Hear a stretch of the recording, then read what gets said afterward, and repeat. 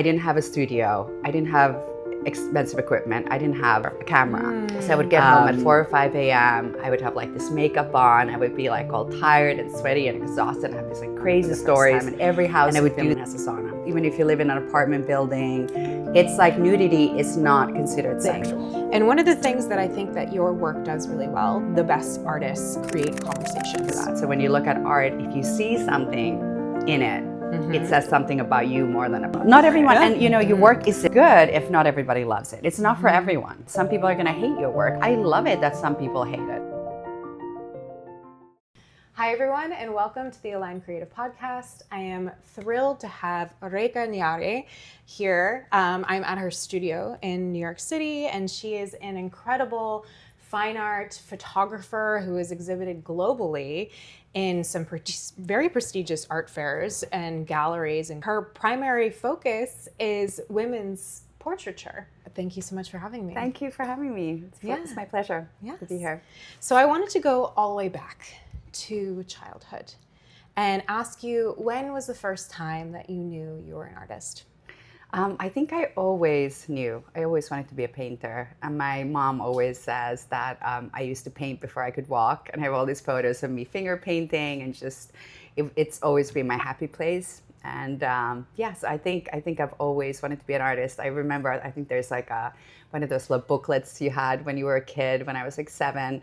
And it's like, what do you want to be? And it's like an artist or a rock star. Those were the choices. So I don't know how to sing, so I think good choices. Becoming an artist was always like my goal. And yeah, so I came to New York when I was 17. I went to SVA and wanted to pursue being an artist, and here we are. Beautiful. Yeah. And I want to dip a little bit more into your childhood and your background, because you didn't grow up here. I grew up in Finland. I was born in Helsinki in Finland, and then I moved to Hungary, to Budapest when I was 13. Amazing. And did you find that growing up, were your parents very encouraging about the arts and creativity? Yeah, they were. My mom is an artist. She's a writer and a poet. Oh, wow. And she was very encouraging, and she's always like, you can be an artist. The most important thing in life is to do what you love and be creative, not to make money, which also, you know, you have to make money. So in a way, I feel like I didn't get many life skills instilled in me when I was a kid to like save and to, you know, to handle your finances and do all those things. So those are things I had to learn later on in life. But they really encouraged me to be an artist, and I was in art classes since I was little. You know, they found like the best creative art and painting classes for me since I was little, and I ended up going to a specialized fine arts middle school. Oh, wow. Right before I went to Hungary. And we moved to Hungary. But yeah, they were super encouraging. And where did photography come in this journey? Was this later on in New York? You know, it's really funny because I always loved to shoot. It's like when I was younger, I didn't think photography was art. It was like art is painting. And so, you know, photography was just something really fun. Like I was always shooting film since I was little. My parents got me a video camera for Christmas, also when I was probably 8 or 9. So I was like shooting these art videos. I was making my little brother pose for me and all these like crazy creative portraits since I was like probably 6 or 7. I just didn't think photography was art. And then when I was actually going to art school in New York, I was doing hyper-realistic oil painting. So I was doing these portraiture of nude women and men actually, and then I was taking photos of everything since I couldn't have the people pose for me for, you know, hundreds of hours, as long as it would take for me to do these paintings, I never saw the photos as art. I always painted them. And it all changed when I was traveling around. I did a little bit of modeling after I graduated from art school. And I was in Singapore, and one of my friends was a really accomplished photographer in Singapore, and he saw my photos, and he's like, why are you painting these? You know, you're a photographer, your photos are amazing. Wow. And that kind of like clicked in my mind, like, wow, okay, I could take photos. And when I came back to New York, I didn't have my studio space anymore. I lived in a small apartment on Union Square, and I didn't have any room to paint, or I kind of felt like, you know, I kind of felt like I was in a mood to create faster and not have those lonely hours in my studio. And I started shooting, and I loved it. And I felt like that was kind of more my thing. Wow. So your intro to understanding photography as art was through modeling. Yeah. Which is also an art form in itself. For sure. Did you find that informed some of your decisions with lighting or with posing models? Of course. Yeah. I was modeling for years. I was modeling here in New York, and then in Europe and Milan, and then in Asia. And I felt like when I was modeling, there were so many things that you learn what to do and what not to do with your subjects too. So in some shoots, I was treated amazingly, and this is before Me Too movement. So in some shoots, I was not. And I kind of started also hating it in a way. So it wasn't something I felt like I wanted to do. It was just something I did in the end for the traveling and probably for the money, But it taught me a lot on what to do. And I just remember my best shoots were with other female photographers, and the kind of like really beautiful mood that you would get, and collaboration vibes instead of being the object in the photos. And that's kind of what I wanted to instill in all my work as well. So when I work with women, it's really a collaboration and a safe space and a place to do something beautiful. Yeah, establishing safety. That's so important, especially 100%. A lot of your work is provocative. Yeah.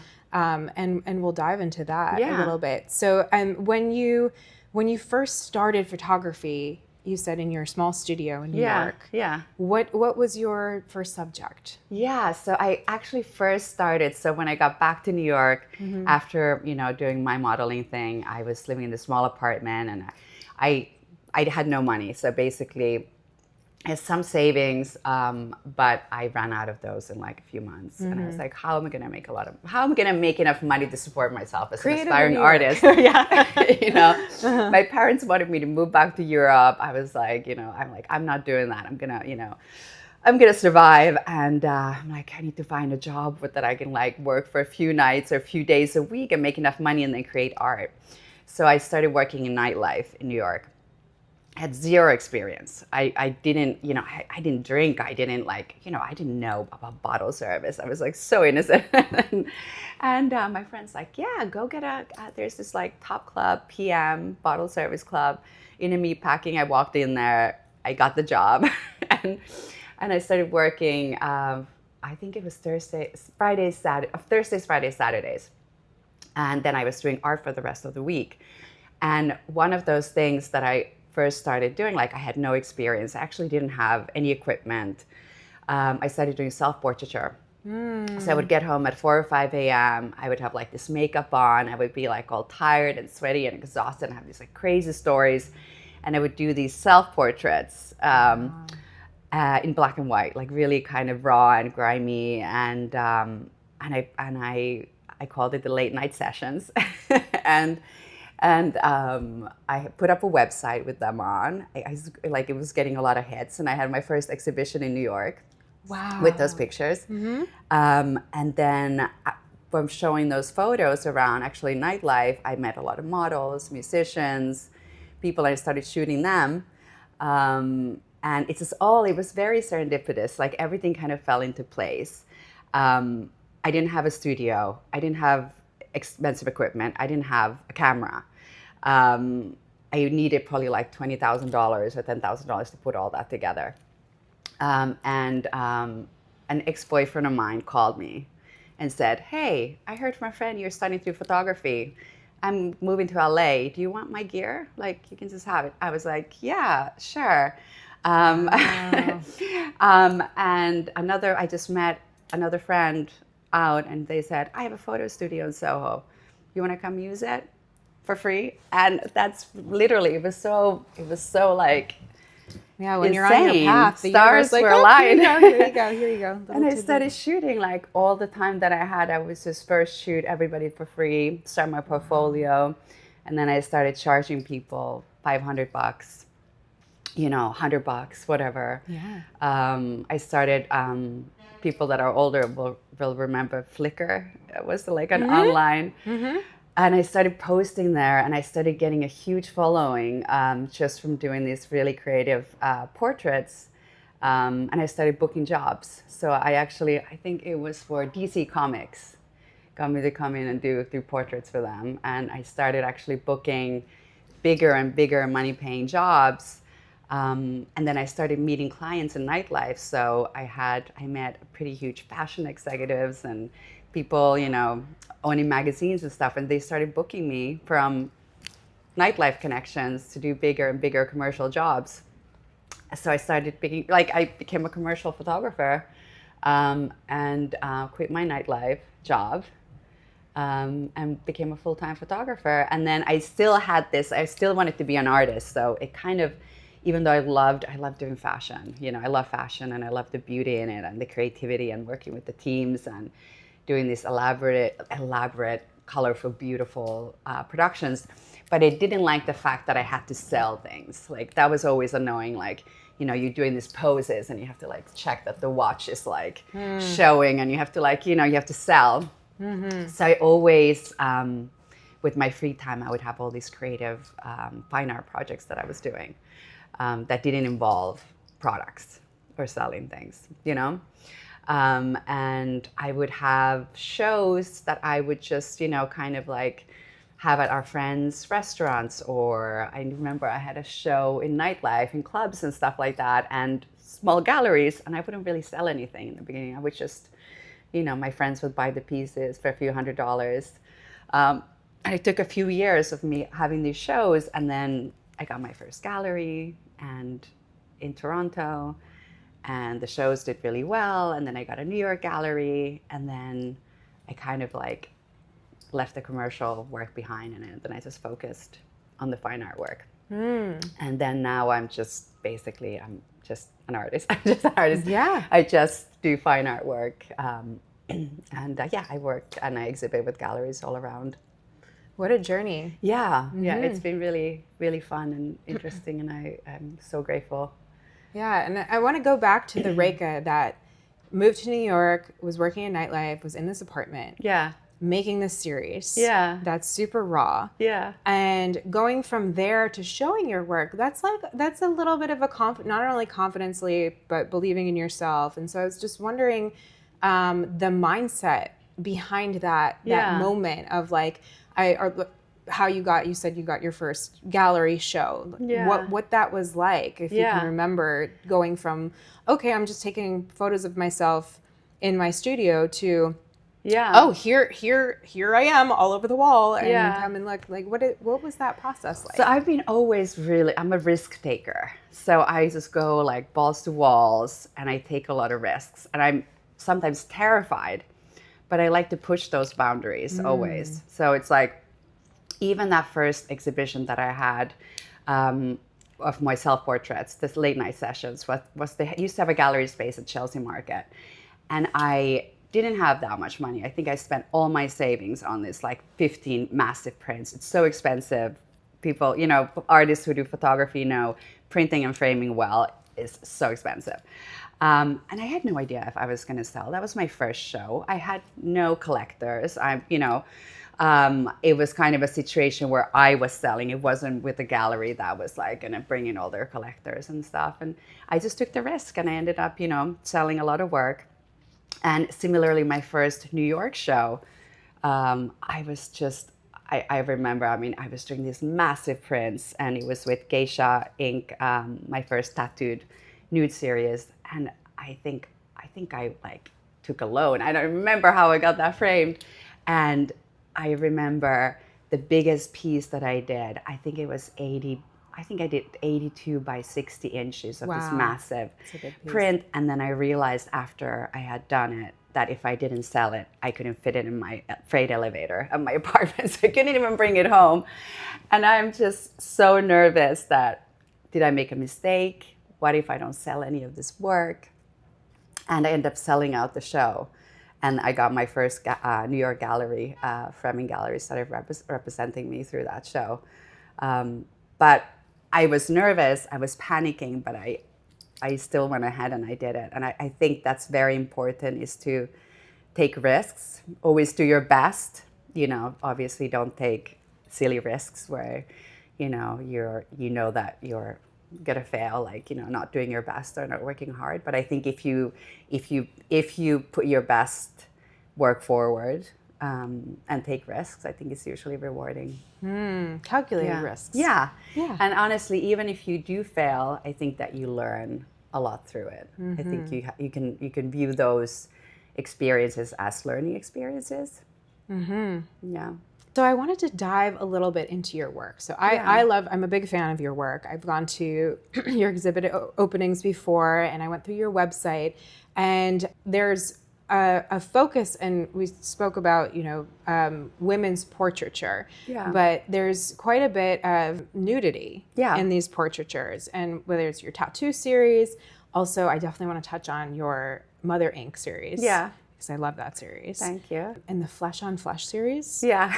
And what I think is very, you know, brave about all of this work is it's very taboo now. I was wondering if you think your upbringing in Europe, which there are cultural differences around women's body, around nudity, around breastfeeding openly, and all of that. And so there are cultural differences. So I was curious if you think that your upbringing in Europe kind of informed your bravery around bringing this to the forefront of your work. Absolutely. So I grew up in Finland. And in Finland, it's a sauna culture. So like my mom was like born in a sauna, my grandmother as well. So I was probably like a week old when I went to the sauna for the first time. And every house in Finland has a sauna. Even if you live in an apartment building, every apartment building and every house has a sauna. So it's like you're naked with your family, you're naked with your friends. I grew up just being naked with my friends. Wow. And even my parents, they go to the sauna naked with their friends. You know, my dad would go to the sauna naked with his bosses. You know, it's like nudity is not considered sexual. And there is sexual nudity, but nudity in itself is not sexual. And women's bodies aren't taboo or something to be hidden, you know. I wasn't raised to think that my body was forbidden or, you know, breasts, you know, they're really for feeding babies, you know, like it depends on the context where you put it.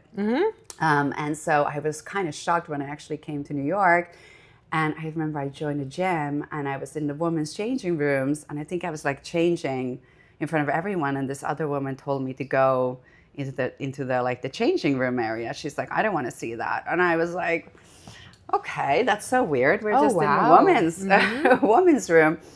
Or also just hearing my friends, American friends, saying that, you know, they wouldn't get naked in front of their mom, or their mom told them to cover up, or, you know, they'd never seen another man naked, like their dad or their brothers, you know? To me, it was just very strange growing up like that. So in my work, actually, there is nudity, but I don't think it's sexualized nudity, or it's not objectifying women. So when I'm shooting women, they are empowering themselves to be beautiful, to show their stories and their scars and their tattoos on their bodies and telling their stories. So for me, nudity is not necessarily sexual at all, you know. So yeah, definitely being a Finn has informed that. No, 100%. I think that's wonderful. And in my own artistic practice, like I've had some issues around that, like being a dancer and growing up and then watching Alvin Ailey, where they would be in like nude colored tights on stage. And so you can see the body. And when I first started performing, I would wear these nude colored things and get the wrong attention. Yeah. Photographers reach out, be like, hey, I have an idea. Can you do this naked? And I'm like, that's not what I'm trying to do. And so that's why I really think that your work, I think the body is art. The body is art. And we've been doing this for thousands and thousands of years, sculptures, and it's just, it's kind of not sad, but I think the US has a lot of growing up to do. Yeah, 100%. I looked back into your interviews on breastfeeding, and you had this I thought it was a gorgeous series on breastfeeding and normalizing that, and you had photos in your Instagram, but then you got quite a bit of criticism. Which was I was shocked about. I didn't even think, like, it wouldn't even go into my mind that somebody would have a problem with, a mother breastfeeding their baby, like that's a taboo subject. And I think in America, women are just like considered to be sexual objects. Your breasts are just sexual. You know, breastfeeding, the most purest, the kind of most like beautiful, loving thing. Which is why we have them. That's why we have them. It's somehow sexualized to me. It's so strange, you know? So I love to bring it out. Then I was like, oh, so this is getting a lot of attention. And I just really love to push that button and be like, why? What does it say about you? Because I think a lot of times we put our own perspectives into that. So when you look at art, if you see something in it, it says something about you more than about the artist. Similar thing about breastfeeding. So, I mean, if that's what it brings out in you, anger, jealousy, rage, to look at a mother breastfeeding their baby, I'm like, let's that's talk a problem. about this. Yeah, yeah, for sure. For sure. Interesting. So it was a beautiful time in my life too, and such a bonding experience. And yeah, I just wanted to. So many women reached out to me after I started posting these photos, and they said, you know, in their family, their mother-in-law is like criticizing them and shaming them for breastfeeding, and they have to go to the bathroom to breastfeed their baby, and you know, they just felt like they got, you know, they got so encouraged by seeing other women talk about it, to post photos, to make it a public thing, you know.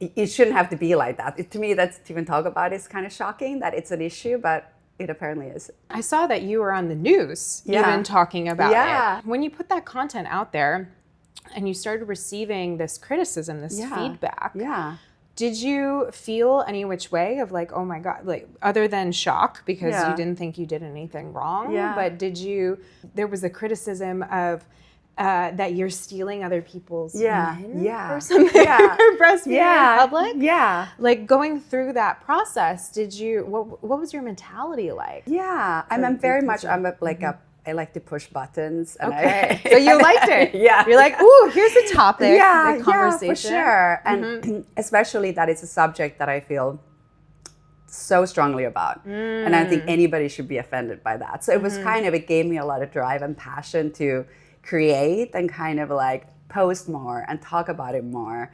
And yeah, I think I was in New Zealand. I was on like daytime news in New Zealand talking about it. And I think daily news, I think in England too. And like, I just love to engage and kind of provoke and talk about it. And then I created a series as well, a fine arts series. And it was around the same time when my baby was around the same age. So I shot Leia, who had a baby and she's fully tattooed, and I shot her breastfeeding, kind of in the image of Virgin Mary, which I feel like is also very interesting. Iconic figure, which is, you know, a woman who's supposed to be a virgin, who's given birth, who's breastfeeding, and, you know, kind of showcasing a woman who is not supposed to feel any kind of sexuality or pleasure in life, you know. So yeah, it was like a beautiful moment to create that. And then this iconic photo of you with is it eagle or falcon? Yeah. That was actually shot by my friend photographer, Greg Gulbrodson. And he saw that I was breastfeeding my baby, and he's also a pediatrician who's really pro women's breastfeeding. And he's like, let's create these photos and, you know, and so you got to explore, it to the world. Re-explore your in front of the camera art as well. Yeah. Amazing. And one of the things that I think that your work does really well, that the best artists, they create conversations around culture. They push the buttons, they push the mainframe, like beyond the boundaries of what is conventional, which is how we create conversations. And so you have not only your tattoo series, but also this Flesh and Flesh series that I saw, and I was immediately got the ick, which was the point. Yeah, exactly. It's supposed to give you the ick. Oh, this is so it's disturbing. Supposed to be really gross. But then I read the artist statement around it, and it's like, oh, this is disturbing. Guess what? This is what you're doing, but the animal's no longer attached. So for those of you who are not familiar with her work, you can view this series on her website. And it is a series that has women in the nude with dead animals. Kind of skinned dead animals. That was one of my, it was an earlier serious, and I like consciously just left it on my website. It's a little different than what I'm doing now, but I still feel very closely, I guess, to the message, which I feel like a lot of times we blind ourselves from the reality of what we're purchasing or buying or doing. But that doesn't take away the fact that we are actually causing harm in the world, to whether it's to other humans or animals, or the whole like leather and fur industry, for example. And I was a vegan for a long time as well, and I still, try to be as conscious about that as I can. But yeah. Were you a vegan when you shot that series? Yeah. Oh my yeah, gosh. I was. What was that process like? Well, it was like, how can I say it? I felt like it was necessary. Like those animals, I felt bad buying. I actually knew a butcher in the Lower East Side. And I was like, I need sheep's heads, and I need a dead baby pig, and I need all these things, He's like, sure, coming right up. And tripe, we did these like tripe hats and all kinds of things. And I was like, even the smell of it, like, I can't eat red meat. I don't like the smell of it at all. It was so hard. And my hair and makeup artist actually walked out because she's a vegetarian, and she couldn't do the shoot. But I ended up actually just working with the model, and I just felt it was like the animals were dead already, and I just felt like we needed to tell their story to make an impact, So yeah, And how was that series received? It was not received very well. Yeah. I think people are just shocked by it. I actually heard a few people that were few galleries too that I work with. They're like, yeah, that series is. I don't think anybody would want to buy that. That's not necessarily the point in creating it. I didn't create it for people to buy it. Yeah, that's the thing about Yeah. galleries versus, working with galleries versus, your soul expression and the stuff that you're trying to communicate. Is sometimes the most iconic series as an artist are not appreciated until years later. So where do you find your inspiration, for instance, for that kind of series or any of these series? I think I'm inspired a lot by like New York and just the whole city. I feel like so energized just walking out and seeing the fashion and the people and all the New York crazies. And, I love the cinema, music, my friends around me. I'm constantly looking for inspiration, whether it's like in the streets or just online. I get ideas all the time. And I think also as artists, I used to be so stressed when I wasn't creating, when I wasn't actually in the creation process. And now I'm like, I know that there are times when I'm just absorbing and getting ideas and writing things down. And then I have like a creative spurt, and then I rest, and then I'm thinking of ideas. And then, they just, I don't know. They just, I guess you can think of some ideas, and then you sometimes try them, and sometimes they don't work out. And sometimes it ends up being, an amazing idea. And you just touched on your creative cycle, which is something that I really like exploring, the wellness side of creativity and how the passive, I call it passive creativity, 100%. Where it's like, it's inspiration, where it's like a witch's brew in the back of your brain, where you're like taking this tincture and that, and like adding all of these moments and memories, and then it pushes into active creativity, and then you're working on it. But the rest component, as especially like hyper ambitious New York creatives, I feel like that is something that takes up that goes off the table first. Of course. So how do you find you said you realized that you used to hate when you're not creating. Like, how did you change your mindset around that? And, I think through actually, I'm so harsh on myself. I'm like very hard on myself. And then sometimes I would be in these periods where I felt like I haven't done anything new. And, and you go and you're like, it's been like 6 months since I've done really anything. And I'm like, have all these ideas, but you haven't found the time or the creative space or the mental clarity to really, push forward. Or I've been busy traveling for my other exhibitions, or, creating work that I've already had out. And I just realized that, like, actually I watched quite a lot of artist interviews where artists that I admire talk about their work process and talk about taking a pause. And then I also noticed that when I'm really busy creating, you can't sometimes see the forest for the trees. Like, I'm so in the process that I might miss like my best work, or I look back at it later and I'm like, what was I thinking? I was just like so busy looking at the work that, I didn't step back. So I've given myself like more like grace and more laxity, like don't push so hard, like go back, look at it later. And I found like my work is better and my like mental health is better, that I don't like push myself too hard to work fast paced, like back to back. I think that's one of the most important lessons that I've even had to learn as an artist is the pushing. Yeah. The pushing all the time does not mean that your output is going to be high level. And like more is not necessarily better. Yeah. And that nuance, I feel like comes, some people have it naturally. Yeah. Maybe not who don't live in New York, like New York, that energy, the harder, better, faster. Yeah. But it's definitely the maturity in like understanding your creativity. Yeah. And like observing it and understanding your creative cycles is something that's comes with time. Yeah, for sure. It does come with time. Yeah. Yeah. So I also wanted to dive into your transition as a mother as well, because that's something that I think I'm interested in, and a lot of women are interested in. I feel like some female artists push off motherhood because they're afraid it will interfere with their craft. And I know you so elegantly combined motherhood and your craft, but I was curious, what are the main changes when your life suddenly, your baby is your artwork, and then suddenly your artwork is your baby?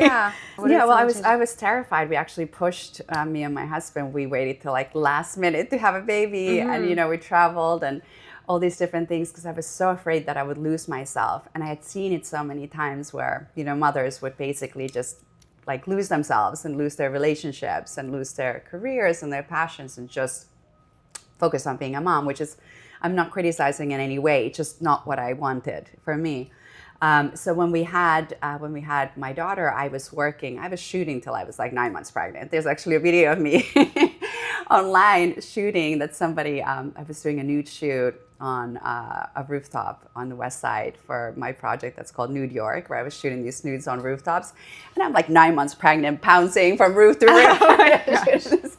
And then when I had my daughter, I took off, I want to say I took like 6 to 8 months off. And I just put off I was still doing before that, I was still having my commercial clients. And that gave me really the pause to say, look, I don't want to do commercial work anymore. So while I was at home all those months, I really started editing some of the fine art work that I had done that I didn't have time for because I was always shooting all this commercial work and making money. And I focused on my fine art. So that was actually the catalyst for me to really push the galleries and push the fine art work. So it kind of helped me with my career in a way. It's just, I don't know. It also, that whole process of, giving birth, and I had a home birth, and it was it was an amazing, but such a difficult experience that, at the midst of that, I'm like, if I can do that, I can do anything. And I just feel like women are gods, like how are there not statues elected every day for women for doing this, for giving birth, for raising babies, for breastfeeding, it's just incredible. So I think we need a lot more respect, and I think, I think women can do anything. So, and every man comes from a woman. Yes, absolutely. Yeah, absolutely. So that's so interesting that this process that you pushed off because you thought it would, not benefit your creativity was actually the catalyst for you turning towards primarily focusing on fine art. And when I started shooting again, I would just bring my baby with me everywhere, and I found it was such a like female energy that I would bring like a little playpen, and my baby would be there, and my makeup artist, my models, whoever I was on the shoot with would be completely happy. Like, it didn't distract anything. It didn't take anything away from the shoots. And I traveled all around the world with her. It's just I think with one kid, it was kind of easy. She was just, I wrapped her around. Just threw in a backpack. All they need is a boobie. There you go. You have your food right there. That's efficient. Yeah. How efficient are human bodies? Yeah, absolutely. And I feel like it was really lovely and kind of easy. I mean, it's never easy, but it was a lot easier than I thought. Okay. And we kind of, what we did with my husband, we really assimilated our daughter into our life. So it wasn't like all of a sudden we stopped, having people over, hosting or traveling or do anything, we bring her with us, she would, we would play music at home and she would fall asleep to the sound of music. And, she's kind of grown up to our lifestyle instead of us like changing our life for her, which I think has been also very beneficial for her. So she's very independent. She is. She's an incredible young woman, really. Yeah. And then that is a test to that. Yeah. Not only the parenting, but also I love that idea of like assimilating her into your life instead of changing your life around that. And what do you hope for her? Like, what are some hopes that you have for her, whether creatively or otherwise? Yeah, I just hope that I've tried to show with my lifestyle that I, as a woman, I didn't sacrifice my life for her. I think a lot of times, and especially in the older generation, we saw mothers sacrificing their careers and their lives and their relationship for their children. And I don't think it's a sacrifice any child wants to see their mom making, So I wanted to show her that, I'm happy. I have my own life. My life is not dependent on her.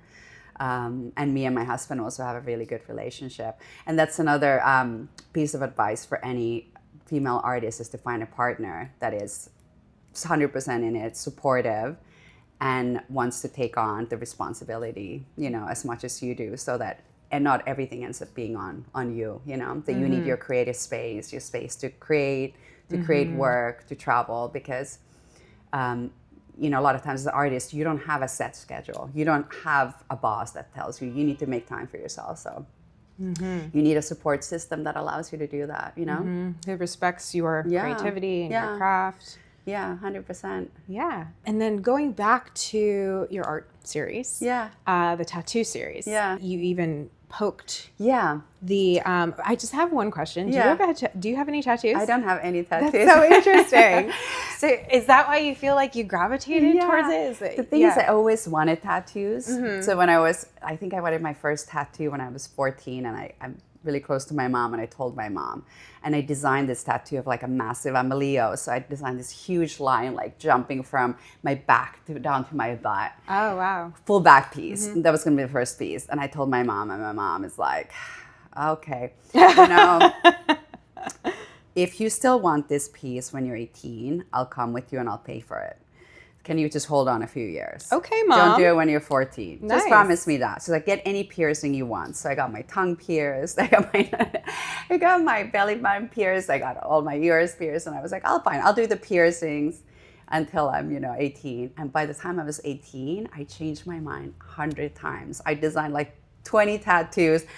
And my mom is like, do you still want that piece? And I was like, no.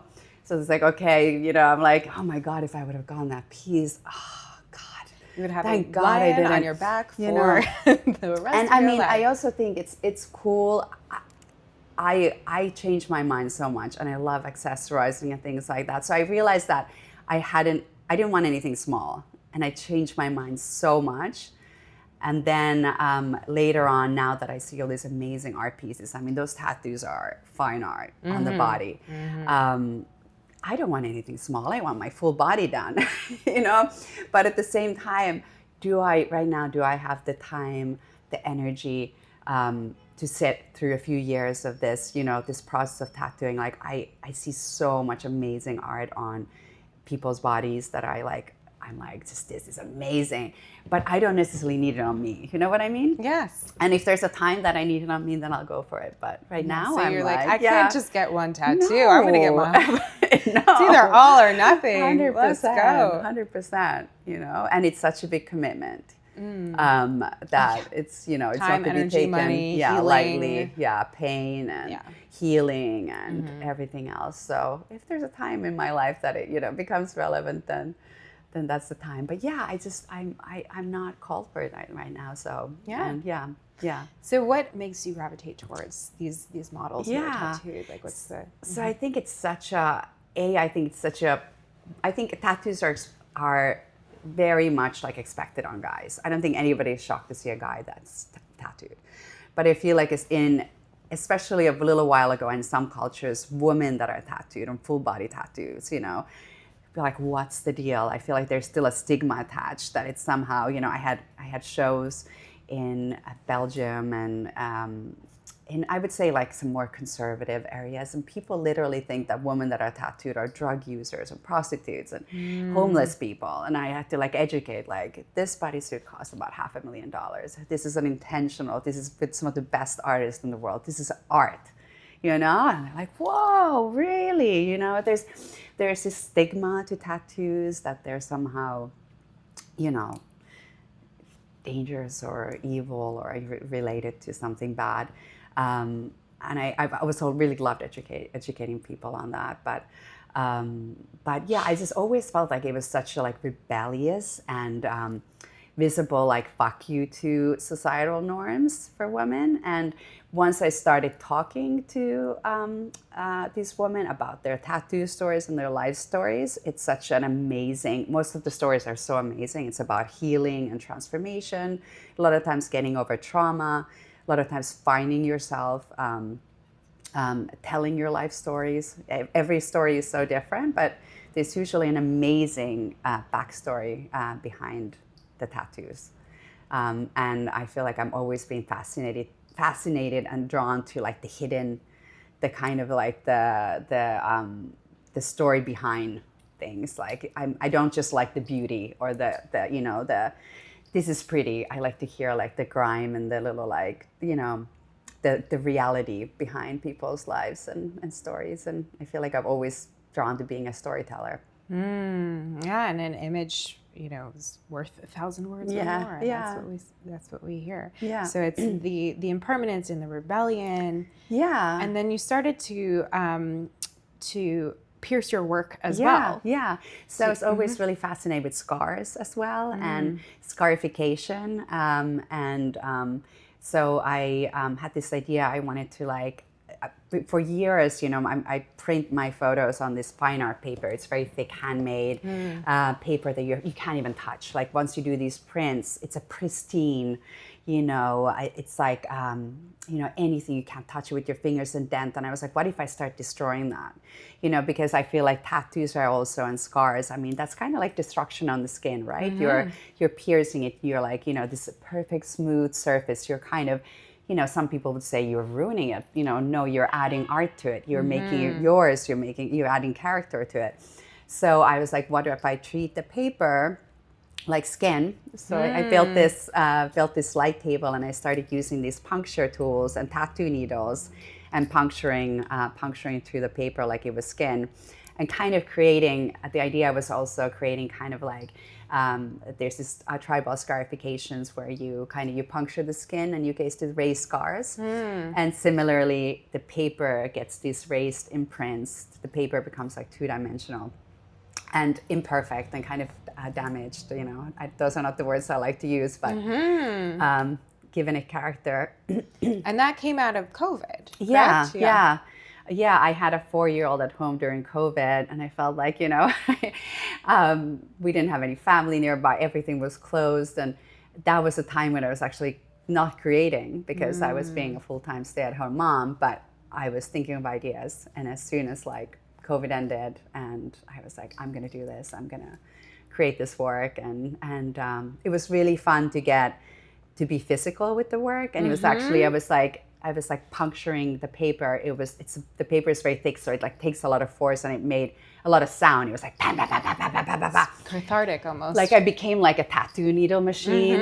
And you know, I was working few hours, and then I would have to do yoga and stretch, and like my fingers started bleeding, and I would like cover like bandages on my hand, and it was so physical. And I actually started also recording the soundtrack because it was almost like flamenco or tap dancing. It was like bam, bam, bam, bam, bam, bam, bam, bam, bam. And then it was like this. It became this like a state of like hallucination or something where you're like banging and hearing this noise, and it was almost like Morse code. So then I also like was really like related to Braille and writing of sorts and Morse code, and started doing messaging into the paper as well. So it became this whole sub project within a project. Yeah, and it kind of also injects your past of being a fine artist Yeah, and absolutely. painting, but Yeah. with keeping the integrity of the photography. Yeah, yeah. And you started using gold leaf as well, Gold like leaf painting and on. painting, and then in my newest work that I'm working on, the experiment to of other things. So I'm getting more and more physical with the work and Great. destroying it a little bit more, putting it together, kind of putting in the painting roots, and then Keeping that coming rebellious soon. Coming soon. Coming soon. I was going to ask, is it like what's next for you? Is that if you'd like to share? Yeah, so I've done a few shoots now, and I'm developing all these new ideas, and I've been in research mode, so I'm like itching to get my hands dirty. And I'm in a show in New York in June, and then I have a big solo show in Istanbul in the fall. So I'm doing all this new work, and I'm in the process of this month starting my production phase. So. Nice. So in this whole big, beautiful process of being a human and a mother and an artist and creating new work, where do you find you're most in your element or most in flow? Like, is it behind the camera? Is it like creative concepts or working with your hands or all of it? I love all of it. I just feel like I'm so fortunate. I love when I'm like in the midst of like creating and collaborating and like mood boarding. I do this extensive mood boarding and research and then doing the shoot. And then I usually have an amazing connection with the people that I work with. And it's like, I just feel so alive, and it's a lot of times it's also like so much work, but I love that. I love that energy of the shoot. And then it's funny, usually after the shoot, I get almost like this slump and I'm like, oh my God, like editing is to me is so tedious, in a way. And I create this so much work, and then editing is like this. I like to give myself time. I go through first edits, and then I have to wait, and then I go through second edits, and often I go through third edits, and then comes to like the preparation of the show, and then deciding what to do with the work and selection, and then I exhibit, and then often that exhibit goes like around the world. So I'll travel with the work, and then I start researching for my next series and doing more work. So. I love all of it, and I love traveling for my shows and talking to people, and I love the research part of it. I feel really fortunate that I kind of love all of it, to be honest. Great. Yeah. Yeah, that's amazing that you've built this life for yourself. Yeah. There are so many photographers. You're living the dream. Yeah. Of, I would say, 90%, 80% of photographers desire to do this kind of thing. So what would you just say to those aspiring photographers? Yeah, I would say to keep working and keep putting work out all the time. And even if you have a job on the side, make time for your creative practice. And I think what really pushed me forward in the beginning is to have my work seen. Because I feel a lot of people, they create, and then they just hold on to the work and they don't feel confident sharing it. So I don't know what now. When I was starting, it was Flickr was the place, and there were some other photo websites, but that's where I really pushed the work out. That's where I could see which one of my work got the best feedback. What was it's really good for you as an artist, especially when you start, to get feedback. Like not that you just have to listen to it, not that that's you listen to yourself, but I think it's really important for your development to see what other artists like, what other people that you admire like, to get different ideas, to see what works, and to kind of develop your style and grow. And it's just show your work to other artists, get a network of people, whether they're other creatives or, people whose work you love, or art critics, I don't know, just find other creatives and, look at their work, have their look at your work, and then start exhibiting small, get your piece up, even if it's not an amazing gallery. Find something where you can show your work and just keep working, don't give up. I think that's the most important part. Like people, I feel like they start doing something and then nothing happens and then they stop creating. And since all of your work or much of your work is about female empowerment and body empowerment, what would you say to women or men who are having issues with body confidence? It's interesting. I think a lot of times when I shoot women, most of the women I shoot, I shoot sometimes men as well, but I focus on women, they are like, I am not in the best shape. Give me a few months, I need to work out or something like that. Meanwhile, they look amazing. I think we always tend to see anybody, you know, you look at them, they look perfect. They always see, everybody sees issues with their bodies. And I feel like a lot of times too, through the shoots that we have, people become more confident. It's almost like this catharsis, like you know, you feel so beautiful, empowered in your skin once you go in front of the camera. And I know that it's happened to me as well, since I've been on the other side of the lens. With the right person and with the right team, you feel empowered and you feel beautiful. I just think, like, don't focus on the little details. Like, you're beautiful, you know, let yourself shine. I mean, it sounds so corny, but I think we're all beautiful, right? You just have to believe it. Yeah. That's sometimes the hard part. And confidence is half of it, right? Do you have any advice for confidence? Yeah, I don't know. I feel like everybody, like, I feel like I'm a confident person, but everybody has insecurities, right? But I think having a very positive inner voice and being very conscious of your inner voice when you talk to yourself, I think is half a battle, because we tend to, I think, women look in the mirror and that, you know, you'll say something nasty to yourself in your head, and just being very conscious of those thoughts and saying, no, I'm going to say to myself, I'm not going to say, hey, you look, you know, look at this in the mirror, you look fat, you look old, you look this. Say, I'm beautiful, you know, look what my body could do, you know, look at the goddess or the god in myself, like, look at how strong I am and how healthy and how my body's been carrying me, and my mind and all the things I've done, you know. Yeah, words carry charge. They absolutely do. They do. They have a lot of power. Yeah, they Beautiful. do. Yeah, and I think as women, we should support other women instead of criticizing. I think there's this culture of women taking down other women as well, based on, like, I don't know if it's jealousy or envy, or I don't know what it is, but I think we should just be very conscious of supporting other women and bringing each other up instead of nitpicking or criticizing, you know?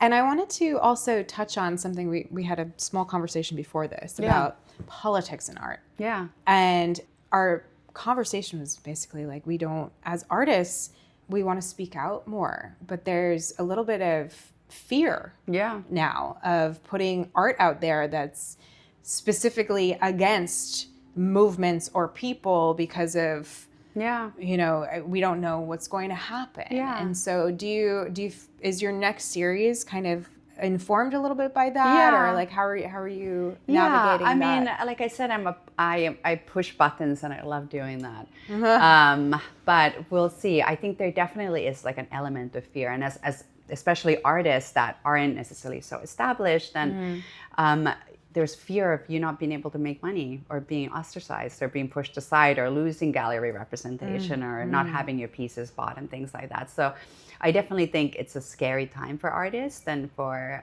artistic expression and freedom of expression. But I think as artists, we should unite, and all art is political, you know. Life is political. Everything that we do is political in this climate. So I do hope that artists create more work that speaks for people's rights, and that's what I aim to do as well. So, and what they stand for. Yeah, exactly. In terms of just artists in general, I know we touched on a lot of advice that you would give. I always like to ask, are there any other pieces of advice that you would give, whether it's, you know, mid-career artists, or artists who are stuck, or artists who are just starting out? I know we touched a bit about it. If there's anything else you can think of. I mean, I think keep on creating, show your work. Don't be afraid. Like, don't be afraid of criticism. I mean, it happens all the time. Like, a lot of times you push your work out there and there's rejection. Like, you don't, a gallery People you have want. Opinions. Not everyone. And, you know, your work is good if not everybody loves it. It's not for everyone. Not everybody wants to buy it. Some people are going to hate your work. I always felt like, you know, instead of everybody going, like, everybody likes it, it's vanilla, I'm like, I love it that some people hate it. And they're like, I don't like it. And some people love it. It's not going to be for everyone. And you might hate your own work. Like, you know, I've created something and I'm like, oh my God, like, I can't stand it. And then it makes me create something else. And, you know, I don't think any artist looks at all their work and loves it. Like, you know, and you grow and you change. So I think it's just important, like, with everything that you create, you grow. Like, you learn, and you learn through failures, and just like grow and create and be kind to yourself, and don't be afraid to fail. Show your work as much as you can. And I know it's hard. But yeah, I think, you know, there is like, I don't think anything good comes easy, you know? Yeah. And as Arnold Schwarzenegger said, you can't climb the ladder of success with your hands in your pockets. We love Arnold. Yeah. Love us some Arnold. Yeah. Last question here, because this podcast, I really like to discuss how arts and wellness can kind of coincide. And we talked about mindset a little bit and the creative cycle and not pushing. But are there any particular like wellness practices that you take on that really you find really support your craft and your creative cycle? Yeah, so I really need to work out. Like I need to walk and I need to work out. And especially when I was doing my punctured work, like I needed to do yoga every day. I needed to do Pilates. I needed to stretch. I needed, like, my body was almost like breaking down. I was getting these cramps. And even now it's like just to, I need, you know, I need to move. That's personally for me, it's like a non-negotiable every day. I also think meditation is great. I've been meaning to, I'm so like bad at it, but I've been like pushing myself to have meditations like every day, whether it's like 3 minutes of calm and breath work. I think those things, and especially when you work with your body, which is that, you know, I mean, you do it, I do it in a lesser extent, but it's so important to take care of our bodies and to stretch and, you know. I think there's a body-mind connection too, that, you know, when you feel good and you feel rested, that's another thing. Yeah, sleep. These are some of the big creative hacks, honestly, are like sleep, and which, you know, sometimes we don't like it because we are too busy doing the fun creative stuff. And I think for artists, like I'm a night owl and I've always felt most creative at night. And it's been the hardest thing for me since having my daughter that I have to be up early, but I'm like creating, I'm like up until like 2 a.m. and then I have to be up at 6 a.m. So I've started actually doing more creative work during the day. And now it's easier because my daughter is a lot more independent. But in the beginning, I was struggling a bit with that night creativity time. And also a lot of times, like you, as an artist, you're like your biggest PR person. So in New York, I'd go to art events at night. You know, you're out, you're representing yourself, and then you have to be up early. And that was a little bit hard. That's something that I'm personally worried about as well, because I'm a night owl. Like my prime creative time, my creative brain wakes up at like 4 p.m. And then, you know, I'll work till 11, 12, 1. And I was always worried about like, what if I have to get up in the morning? Well, in the beginning, the baby's just on your schedule. Like you just, you know, you can do your thing. And, you know, it just gets more difficult when they get to like school age and things like that. And you have to get up and make sure. Do you find that your creative work is as juicy or substantial during the day, or? Yeah, I definitely think that I've like trained myself to be more productive in the morning now. I think when I had the luxury of just sleeping in and like doing my like working out in the morning and this and that, and then I'd start working at 4 p.m. and then work till late. That worked for me, but now that it doesn't, I've trained myself to start work at like 7, 8 a.m. And then I actually run out of juice more towards the evening, and then sometimes I'll get like a second wind at night, and then that's usually like my creative ideas. I'm writing stuff down. I'll maybe work for like an hour or two, but I don't stay up till like 4 a.m. Like I'll stop working at like 12. So I do like shorter like creative spurts a little bit. But I definitely think also as I'm getting older too, I have less of focus for longer periods. So I'm breaking it down, and I can't, like, I'm like, you know, I'm like one track mind. Like if I'm working on this project, I'm like, I'll work on that project, and it takes me a little while to get into it. And then like, I'll come back to it, but I can't do like micromanage 10 projects at a time. Great. And I'm like kind to myself. I'm like, that's okay. Kindness. Also a creativity hack. Yeah. Acceptance. Yeah. Acceptance. Yeah, totally. Yeah. It's a powerful thing. Yeah, for sure. Great. Well, thank you so much. No, thanks for having me. Conversation. This was so nice. Yeah, this was great. Yeah. This was great. Thanks, Annika. And thank you. And your show's in June, and you will have another one in Istanbul. During there's a huge art fair there called Istanbul Contemporaries. I have a big solo show there in September. Exciting stuff. I'm excited to see what you do next. Me too. Yeah. Thank you. Thanks.